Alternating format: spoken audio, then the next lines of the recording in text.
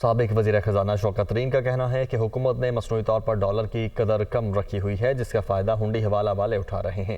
4 ارب dollar سے LOCs کی state bank کھولنے نہیں دے رہا، جس کے باعث ادویہ سمیت تاہم انڈسٹریز کے خام مال کی کمی ہو سکتی ہے۔ شوکت ترین نے کراچی میں پریس کانفرنس کرتے ہوئے مزید کیا کہا، آپ بھی دیکھیے۔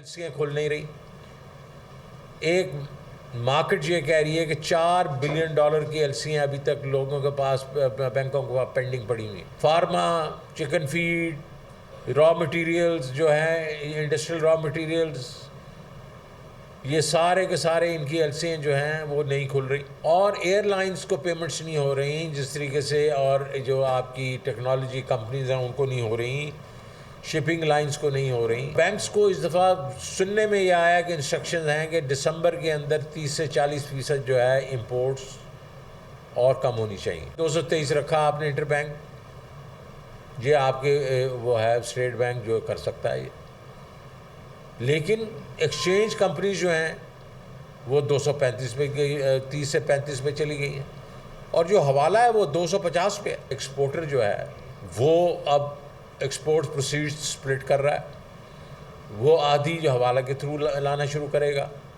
یا کچھ نہ کچھ ادھر سے لانا شروع کرے گا، بیکاز 10% کا جو فرق ہے ایڈوانٹیج ہے وہ کیوں نہیں لے گا۔